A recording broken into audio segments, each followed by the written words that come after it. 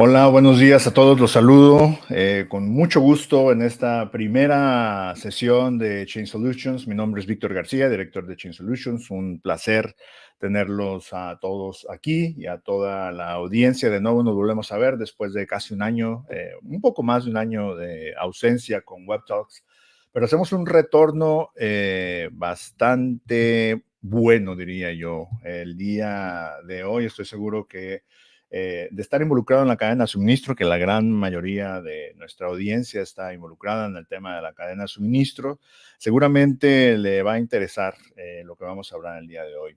El día de hoy tenemos una charla con amigos de Estados Unidos, una empresa que se llama QUICKCODE. Esta empresa se dedica a nada más y nada menos que utilizar inteligencia artificial para hacer una categorización de los productos de importación en las tarifas de importación y exportación a los Estados Unidos. Entonces, eso es en una frase de qué es lo que vamos a hablar el día de hoy. La charla el día de hoy será completamente en inglés. Tendremos invitados, como lo mencionaba, de Estados Unidos en esta nueva empresa. Creo yo que es una de las empresas, mi estimación, y voy a hacerlo editorial, ¿no? Aquí, creo yo que es una de las empresas y una de las mezclas más interesantes que he visto en relación a la inteligencia artificial en cuanto a la cadena de suministro. Sin más, voy a darle la bienvenida y ahora voy a cambiar a inglés a nuestros invitados el día de hoy. Tenemos a Shannon Hintz y Joe Morales. Shannon, Joe, welcome to our show. Thank you. Thank you, Victor. Thanks for having us. No, thank you for accepting the invitation. I mean, when I first read, and I think I told this to Shannon, when I first read about you, and I think it was my wife who told me this, I thought it was crazy. I mean, the idea of mixing these two areas in the supply chain. Probably at one point, I thought one time that it could be done, but I didn't think that it was so soon. I think you guys are ahead of time. It's just when you listen to a song that you know that is not from now, it's like from the future, right? Probably some people are not gonna like it, but some other are gonna be like, "Wow, this is amazing," right? And I'm the type of person that is in the second category. So again, welcome. Let me read about you for the audience. Who are you first, and then we talk about QuickCode. We have a set of questions for you to answer and for the audience to hear. And let me just tell the audience also that you can send your questions either if you're listening to us and watching us through YouTube or Facebook or LinkedIn. You can share your questionings and comments on the comments area on each of the platforms. So let me start with you, Shannon. Okay. Sure. Shannon is the co-founder of QuickCode in May 2021, and QuickCode, I'm sorry, was spun out of another company called Treasure. Did I mention that right? Yep. Treasure. Yep. Treasure. All right. To monetize Treasure's next text classification software. That text classification software is still in use commercially. And in November 2022, which is actually yesterday, right? QuickCode began work on the HS, which HS, as most of us in the supply chain know, is the harmonized tariff schedule in the United States, right? And the platform, I'm working on that platform that uses artificial intelligence-based text classification to help compliance professionals classify products in the HTS-US. That means that is in the harmonized tariff schedule of the United States, right? Mm-hmm. Shannon was trained as a software engineer, but her true passion is designing products to help users to do their jobs better. And that's a way good job to do that there. Prior to QuickCode, served in a number of development product roles and management roles. Is that right? That's Shannon? all right. All That's right. where I am today. Good. And Joe Morales, QuickCode's chief technology officer, has been with QuickCode since the beginning of May of 2021. Joe is a data scientist and software engineer who has 30 years of experience designing, developing, and implementing commercial operational software products in a variety of industries, including network management, healthcare, and now trade compliance. Thank you, Joe, for coming to the trade compliance. Since his career, George served in the U.S. Navy as a submarine officer. So from submarine officer to helping us on the trade world, right? Supply chain situations. Yeah. That's Awesome. exactly right. Well, let me give a little bit of context here on what we're going to talk about today. Obviously, we're going to talk about QUICKCODE. And just to give the audience a little bit of context that where we are, since we are in the North America area, and right now we see more of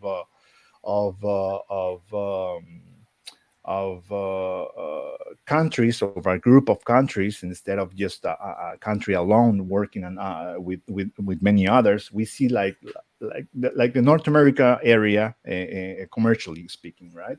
So the value of the world trade reached $25.3 trillion in 2022. Inflated in part by the high global commodity prices, the trade commerce situations between the United States and its neighboring countries, Mexico and Canada, have been pivotal to the economic growth and stability of all three nations. Analyzing the trade statistics from 2022, it is evident that this relationship remains strong, and we see that on 2023.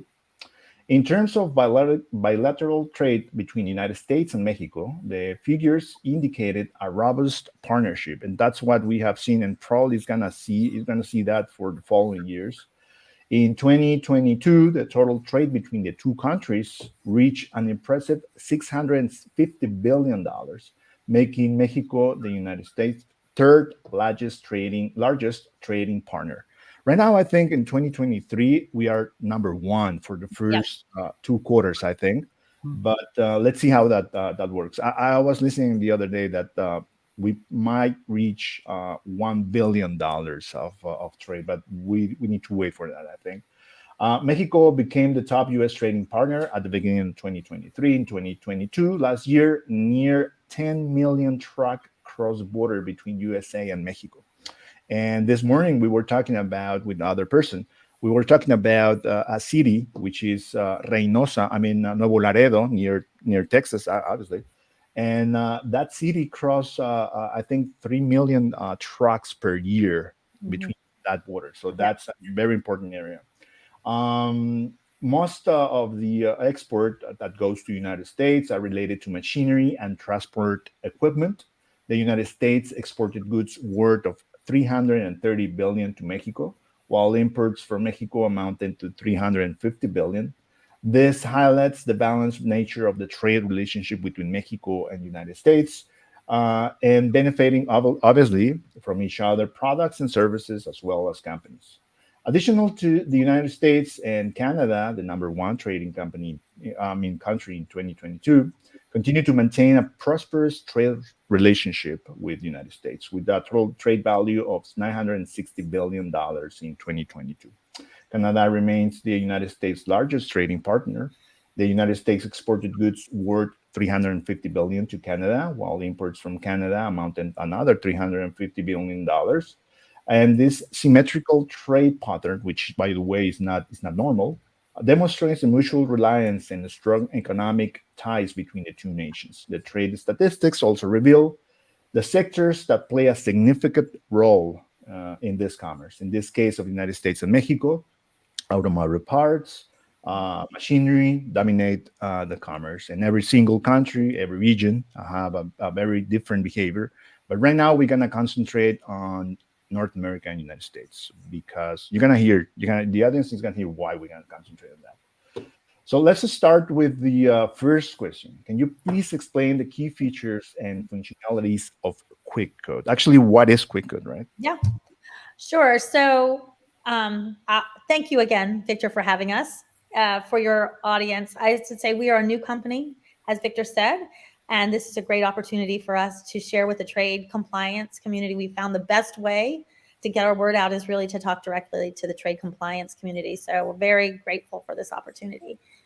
QUICKCODE is software that is designed functionally to get you an HS code in a quicker way, in a more accurate way, in a repeatable way, and in a scalable way. The product that we have right now that was delivered in June is designed for a human to enter a description, whether that is a copy and paste, whether that's coming from a commercial invoice, and derive and allocate an HS code based on that description. And that's really the heart of QUICKCODE. We use an AI form that Joe will talk about later that is new in the world. You may have heard of it. Your listeners may have heard of it, a large language model. That really allows us to understand the language in a way we haven't been able to do in the past. And these foundational models, which includes things like ChatGPT, Claude, some others, right? They really have been a game changer, and they certainly allow us to use AI on HS classification in a way we haven't been able to do.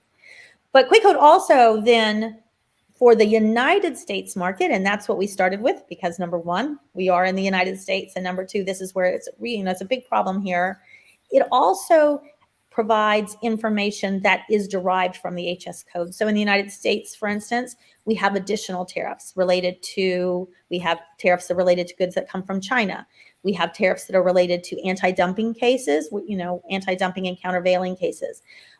We also have some products, including many that come from Mexico, require a government agency to be involved, not in the tariff designation per se, but in the control. And that could be agricultural goods, that could be some technology goods. You can imagine pharmaceutical products, all of which come also across the border in Mexico.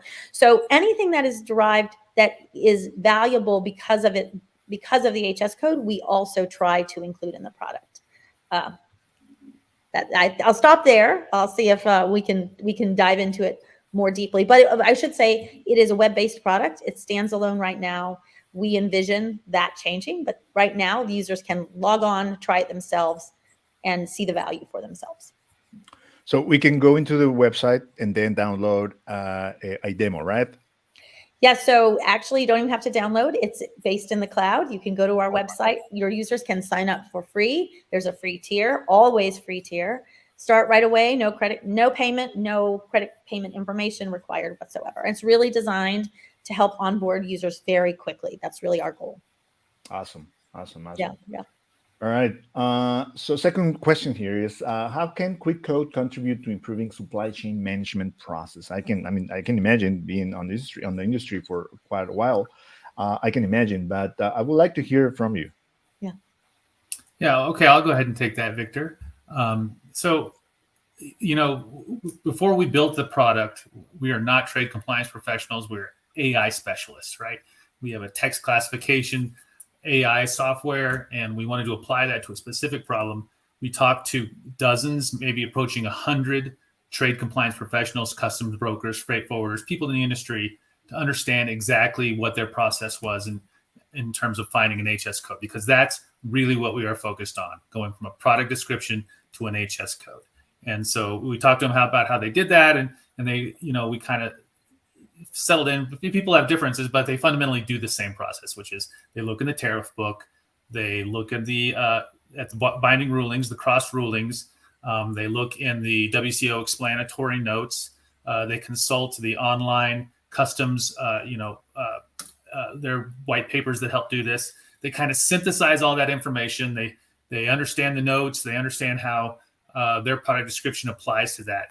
That process is lengthy. It involves a lot of research. It certainly requires an expert who is trained and understands how to do this process.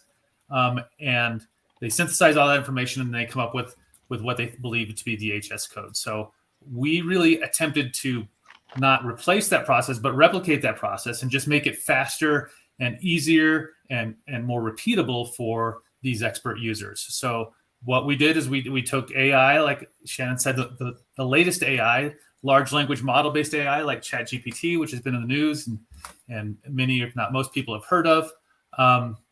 We take that type of AI and we unleash it on all of these sources.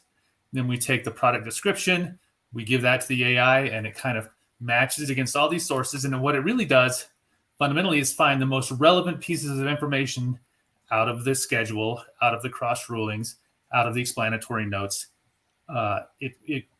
Using those sources, it comes up with candidate codes, HTS codes. It ranks them according to relevancy. It presents those lists of codes to the user along with the supporting sources, why this code might be the right one or why that code might be the right one. And then it asks the user questions to get further details about the product, which would distinguish between, differentiate between those codes, those multiple codes, till they ultimately get down to the correct code. And then, as Shannon said, once you have the code, there's lots of other value-added information that you can get that's based on the code, like what partner government agencies are involved, what anti-dumping tariffs are involved, et cetera.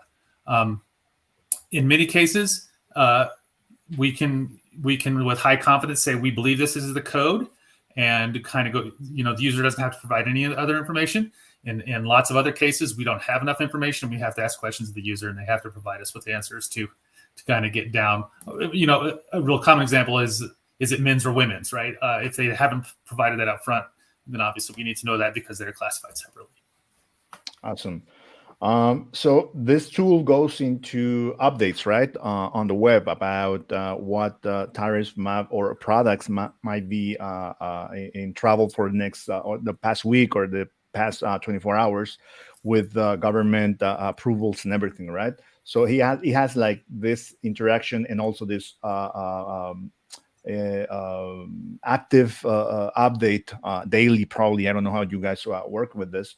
So he goes back to checking on different websites from government on seeing if those products that you are classifying are in trouble or in a process of approval, right? Shannon, I'll let you take that question. Yeah, absolutely. So we, to your point, how do we stay up to date? Right? How can a user know that they can rely on our information? It's a really fair question. In the United States, the responsibility for the tariff book comes from the United States International Trade Commission, USITC. They publish updates to the tariff schedule with almost zero notice. I'm not going to say completely zero notice, but almost zero notice. And they expect the new tariff to be used the next day. That's the way the rules work in the United States. We sometimes will talk to a user who hasn't gotten to the point of knowing that, 2 days ago, a new tariff has been updated. Now, a new tariff has been issued or there's been a change. So, that's a problem. That absolutely is a problem. We do check that. We're looking, once an hour, I will say, we get notification of any changes. But in the United States, we also have, as Joe mentioned, we have cross rulings, which are rulings from CBP about specific goods. I'm sure you have something similar on the Mexico side, where the CBP, in our case, says, this particular product is this particular code. And we rely on those. Our customs brokers, your customs brokers also rely on those to get information about how to classify, especially things that are tricky and challenging, right? Especially.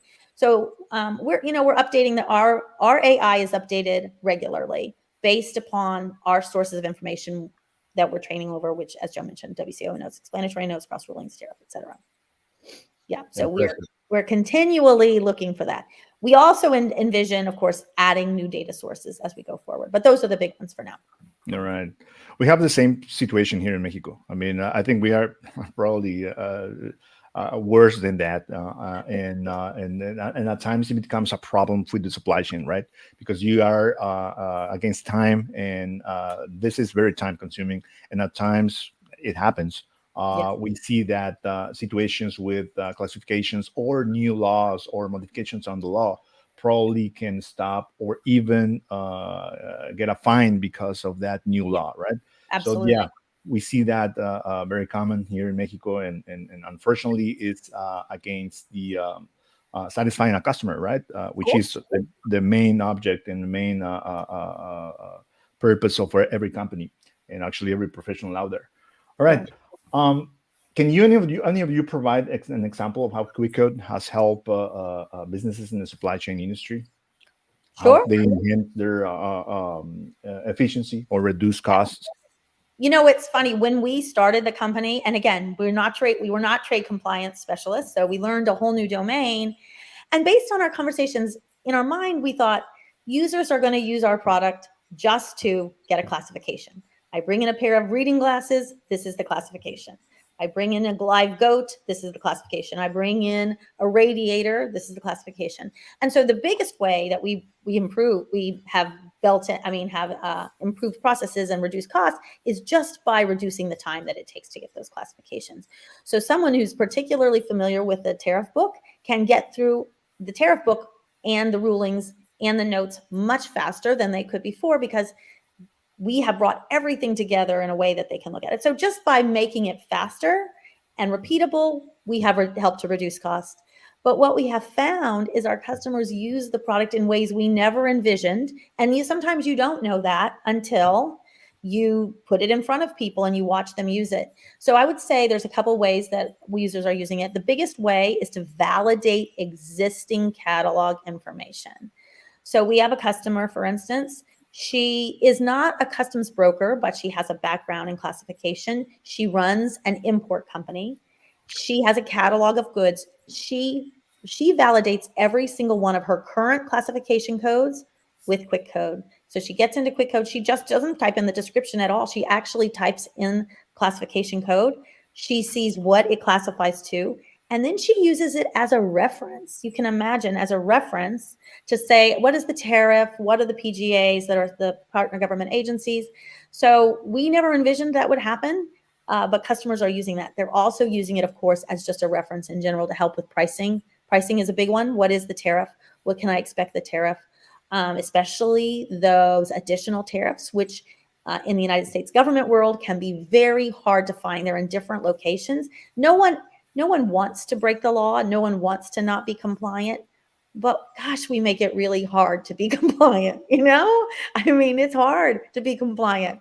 Those, I would say the biggest way, of course, is just improving the process, both accuracy, reducing the time to reclassify, reducing the time of dealing with CBP. Nobody wants to be on the United States and CBP's radar, but also as a reference and as a source of information that our customers know is accurate and up to date. Yeah, I totally agree with you. I mean, well, first of all, I've been listening to you in the last meetings that we have done before this one, and you here very prepared and professional on the trade compliance and supply chain. And definitely understanding the customer, I think that's a big part of preparing a good product. Like you guys work on this, you design this. And I think those are the keys. I mean, working on accuracy and obviously complying with the law, and obviously also reducing the time to get the products for our customers. I think that's a very, very, I mean, you hit the nail there.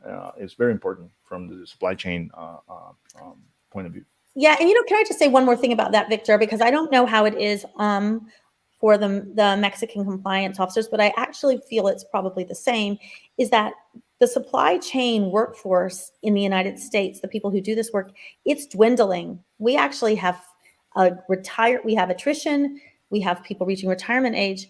There are not enough people to do this work. And as I understand it, there are even fewer of them in Mexico. And yet the same number of goods are coming across the border on both sides. So it's another way, it's a force multiplier to help companies do more classification with the same or fewer bodies that can really do this work. You do have to be trained. You do have to be somewhat of an expert to do this work. So just wanted to throw that in. Yeah, I totally agree with you. Actually, you start with that. You said that a human being inputs an invoice or information into, and that's something. I mean, that's interaction, right, with a human being. I totally agree with you. All right. So what makes QUICKCODE different from other HS classification software? Yeah, I'll go ahead and take that. The biggest thing is the technology. As I said, we did not start as trade compliance experts. We started as AI experts. And artificial intelligence in the last 5 years has completely transformed. If you took the current technology back 5 years ago, people would think you'd come from outer space. It has just exploded and grown so exponentially that the capabilities that you can get out of it, you can't even compare what was available just a few years ago with the technology that's available now. So I would say that is the biggest differentiator, that we are exploiting the latest technology. We took that technology and we interviewed, like I said, maybe 100 professionals, and we designed a custom built product around their existing processes that exploits that technology, and really produces amazing results. It is pretty surprising what the AI is capable of, and users are always astounded when they see it. All right. So technology is a big difference between QUICKCODE and all the other companies. Yeah, and I would say specifically that's the large language models like that I talked about earlier. Awesome. All right. Next question is related to, I think every company is talking about this and have a plan and everything, with all the things going on out there, with the risk of information and the risk of being connected to the internet, right? And the exchange of information. How does QUICKCODE ensure the security and privacy of the users? Yeah, I'll address that too, Victor. QUICKCODE is run on Amazon Web Services, AWS, which most of the internet runs on. Their physical security is certainly unmatched. That's not an issue. We follow all the AWS best practices. We monitor the system continuously for intrusion. We do penetration testing. So in terms of the security of the data, the data is all encrypted while it's stored. It's encrypted in transit. It's encrypted at rest. The security of the data really is we're in line with the best industry practices across a variety of software services. In addition, we don't exploit users' data at all. Users' data belongs to the users. We train our AI on data that we get from other sources, and so users can be fully confident that any information that they give to QUICKCODE is secure and private, and will not be leaked or will not be used or exploited or revealed to any other people. All right. Today, I think I read about 2 or 3 situations on ransomware, right? For instance, on per week, I think, on big companies, not just local companies, and we have that situation here in Mexico. I'm sure that you guys are related with maquiladoras, the name of maquiladoras, which are actually factories here in Mexico from different companies. And those companies, you will think that are far away from that type of situations. Well, we have seen that since like 4 years or 5 years ago up to today. It has been ramping up the events that we see on the industry. So unfortunately, security, I think, will be part of what we talk about in the supply chain risks for the following probably 15 years or 10 years. But what you have been mentioning, I think those are the best practices that we have seen out there. Yeah. And there's no way, I think, we can be 100% sure that something is not going to happen with our company. But we should take with all the measures. And I think the ones that you mentioned, Joe, are the most value added and also best practices out there, since what I have seen. Next question is, have you given any thought onto how you might support the Mexican customs brokers? We have, of course. So we can't have a country that is our largest or second largest trading partner and not think about how we might enter into that market and how we might be able to support them, which also, of course, supports us. I would say, if we think about just when would there be a QUICKCODE available for the Mexican classification, next year, maybe, that's our goal. And it's really important that we have a really accurate and a product right now, and we're testing that on the U.S. market, of course. Awesome. Having said that, how can we help the Mexican? I mean, obviously our product can help the Mexican customs brokers now in the Mexican market. I think the biggest way is, again, we have a huge amount of trade going between the two countries, and I know that there are oftentimes, that the U.S. brokers and the U.S. compliance professionals rely on the information that is brought to them from the Mexican customs brokers for a few reasons. Your rules, the risk to the Mexican customs broker is much greater for inaccurate classification. I think, as I understand it, that is derived largely from the fact that you have a value-added tax applied to exports. So, of course, the Mexican government wants the classification to be correct, because that derives that value-added tax drives the value. So, I think the biggest way that we can help is just when a Mexican customs broker is exporting to the United States, they often are supplying that 10-digit code. We can help with that. Remember that in the World Customs Organization, the first 6 digits are universal.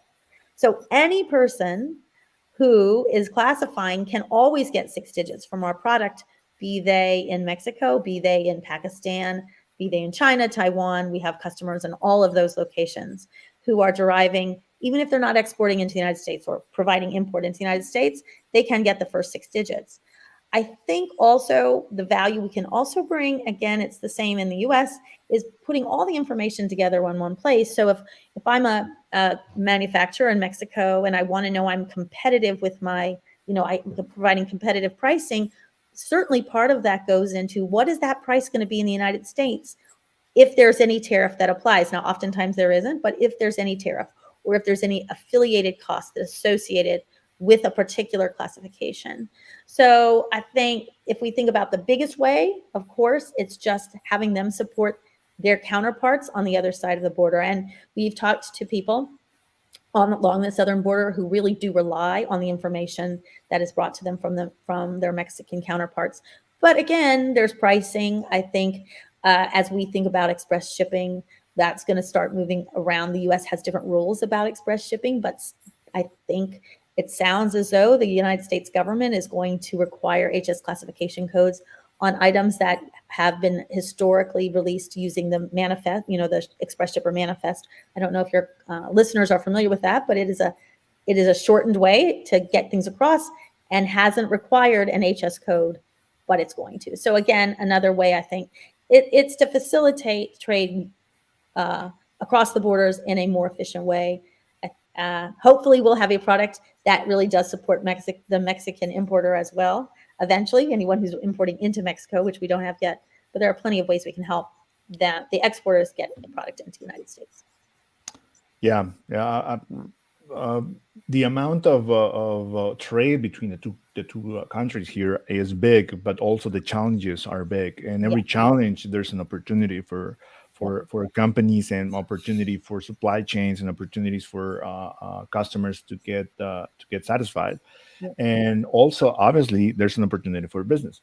And all this trade between these two countries, definitely, I don't think is gonna be close to reduce on the following year at least. But we must think on a better way to do stuff, right? And I think reducing time and being more accurate can help us to reduce the fines and also the time in which we get our products out there. There are many companies that spend probably weeks on classifying stuff. And there are a lot of companies also here in Mexico, brokers that works on classifying stuff, and might be there a certain level of error on those classifications. We have seen that, and those are humans, and humans do errors, right? So I think this is a very good tool, not only for users, the end users of the import and export industry on supply chain, but also the Mexican custom brokers. And I think that's going to be a great tool to reduce the time and the usage of resources on their side. And for sure, it's going to be more accurate. I can assure you that. Sure. Well, as I understand it, there's a very high accuracy standard in that the Mexican government puts on its own Mexican customs brokers, much higher than what the United States government puts on them. So I think that goes to the quality of the data that's coming across already, that it's very reliable. We hope we can make it faster, right? We hope we can take someone who's really knowledgeable and just make them faster. You still have to go through the process at the end of the day. And so much hinges on an accurate classification, right? So getting an accurate classification and getting it quickly in addition to all the other things, eliminate surprises, right? If you have an inaccurate classification, all of a sudden you get surprised. Oh, now I need a USDA certification that I didn't know I needed because I didn't have the right classification. Yeah. And so QUICKCODE can absolutely help eliminate surprises, help you do your stuff in a repeatable, accurate, quick manner. Yep. Totally agree. I remember we play with other type of artificial intelligence here in our business, and I remember the first time that I saw results on that tool. That was like 3 years or 4 years ago, and I remember seeing that the intelligence was 87.94% sure that what they did was correct. Yeah. So I said, you know what? I never in my life have been able to tell my boss, telling, oh, I'm going home and I'm sure that 87.94% of what I did is for sure clear, right? Yeah. So I never thought of that, but I'm sure that, and I know that I commit errors on that process, but I've never been able to say that because I'm not a machine. So I'm sure that this equipment, this tool, this algorithms, this AI can help us to be and control stuff that are more dependable from humans than machines, right? So let the machines do their stuff and let the humans do their stuff, right? On their side. Yeah, and we do talk about that. We talk about the why human in the loop. Why would you want a human? We talked, as Joe said, to hundreds, dozens of classification people. And one of the things that what they all said almost universally was only a human can do this work because it is hard. If you, for instance, have a commercial invoice that says 100 belts, a belt, that goes around the waist and holds up your pants. Belt is that's not enough information to classify that, right? So you have to get some other information from the user or from the commercial invoice. Maybe the manufacturer is Gucci, so it's likely not to be an automotive belt, but to be a piece of clothing. But it's really, really hard. How can a machine actually replicate it? And the way is let the humans do what they're best at, let the machine do what it's best at. And we see it in all kinds of artificial intelligence. Having said that, we've talked to a lot of customers, and the goal is automatic classification, Victor. And that is a challenge. Everybody wants it. It's hard. It's hard because, as we said, usually the description's not enough. And so we're moving. QUICKCODE as a company is definitely working that problem, that automatic classification problem. But human in the loop is today in almost every industry, not just in trade compliance, the most accurate and best way to use artificial intelligence in a production type environment. Good. Clear, very clear, that part.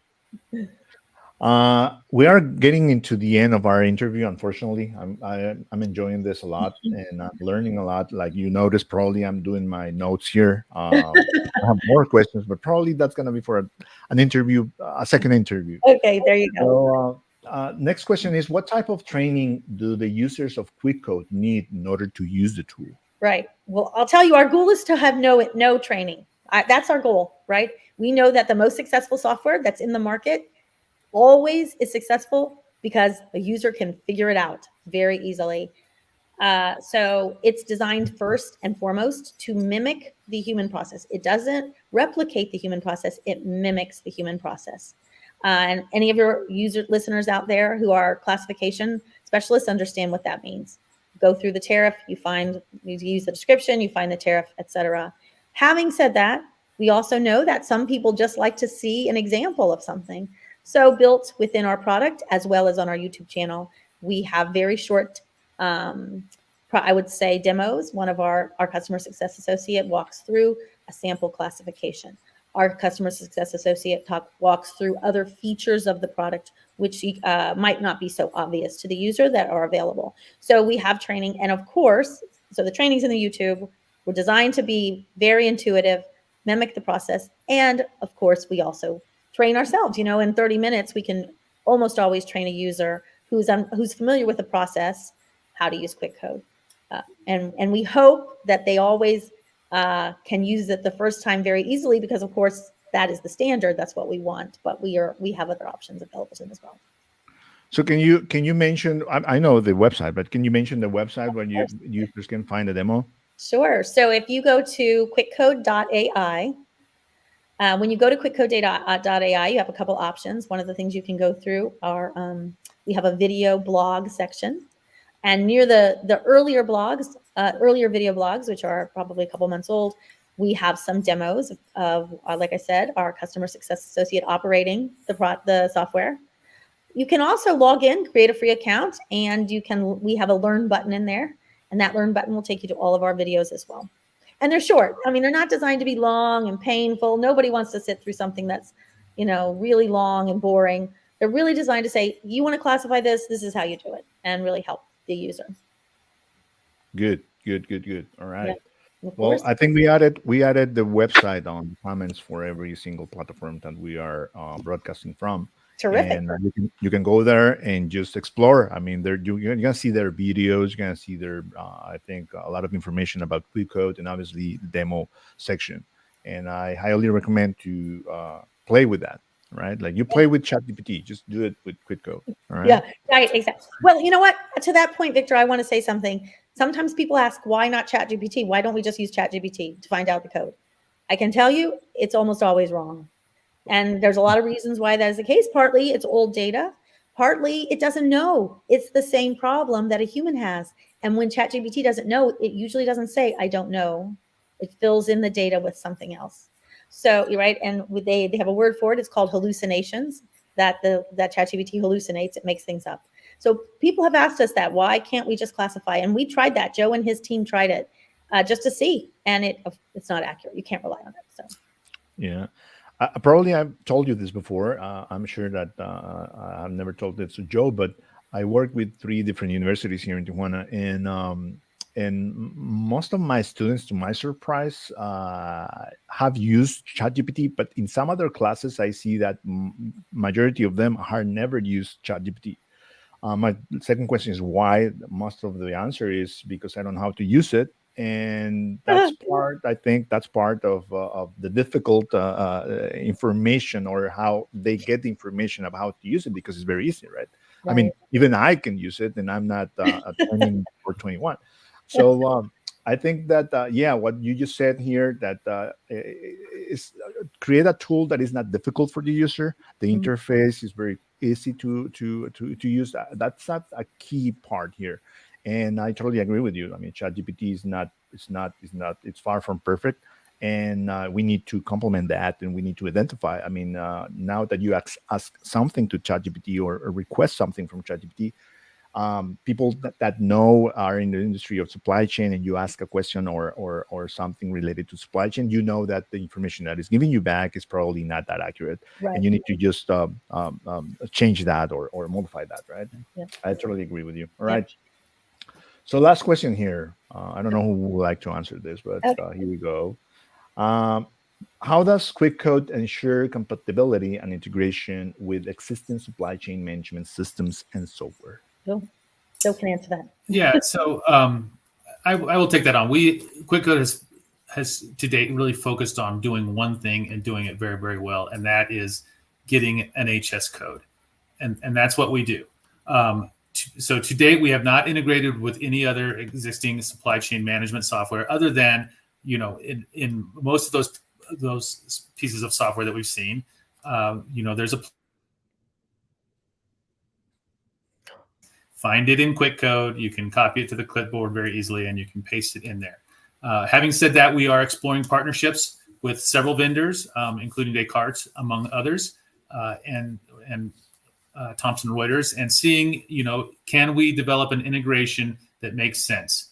The thing about QUICKCODE is the UI. If your users go to QUICKCODE.ai and sign up, it's free to sign up and try it out. I would encourage everyone to do it. We've talked about training. It's very, very easy and intuitive to use.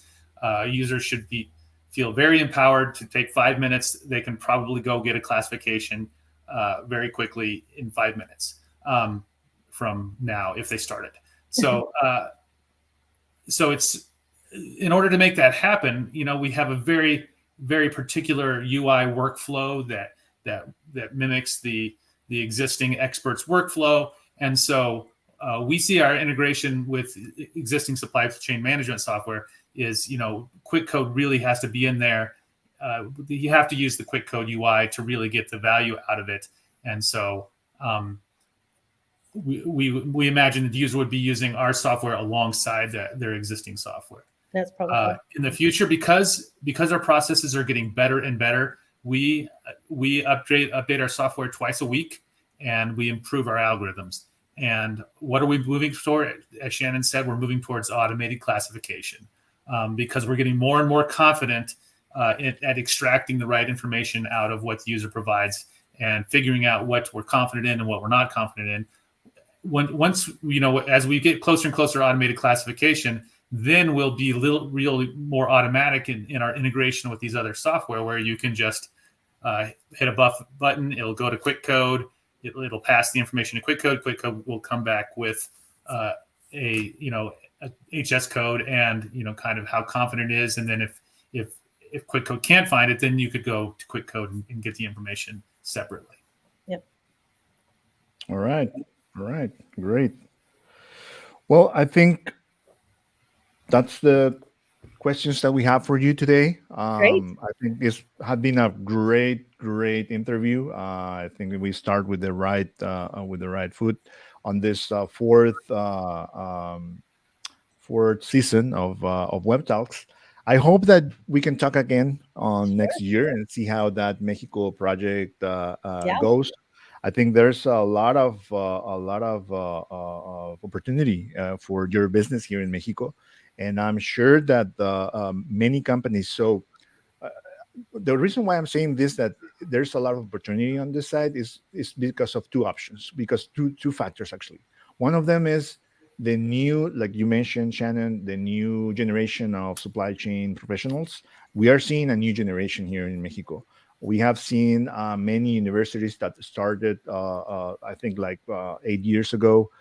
Careers like logistics or supply chain managers or professionals that are very specific on trade and logistics. So we didn't saw this in the year 2000. We saw this in the year 2017 or 16. So right now, those new generations are on the industry. And those generations are exposed to AI, to any different technology from the 4.0 revolution. So I think they have a new ship on their head, and they understand the way that we can put this together.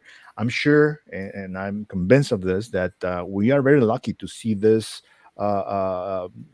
this situation happening in the industry, on which there's a new generation, there are new tools, there's a new way to do stuff out there. So I think QuickCode and all the audience that they are listening to us is a big opportunity for all of us, and it's going to be a new way of doing our job. QuickCode and many other technologies, I think, is going to help us to build the new professional on the supply chain. And soon as we get involved into this, I think it's gonna be a way better result for us and the industry, and obviously the country. So I thank you for your time, and not just your time, but your idea to do this and make it happen. So I encourage you to do more stuff of this. We're going to keep trying, and we absolutely will come back when we have good news about really being able to support the import side for Mexico. I think it'll be a great opportunity for us, as well as for Mexico, of course. So. Well, there's a comment here from Roberto Ramirez on Facebook saying that this is a great tool, and congratulations on this project.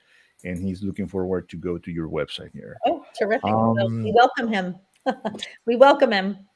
All right. So thank you very much again, Shannon. Joe, it was a great time having you here, and I hope to talk to you soon. Please don't go, and I'll just do a quick farewell here from the program and the show, and I'll talk to you in a second. All right?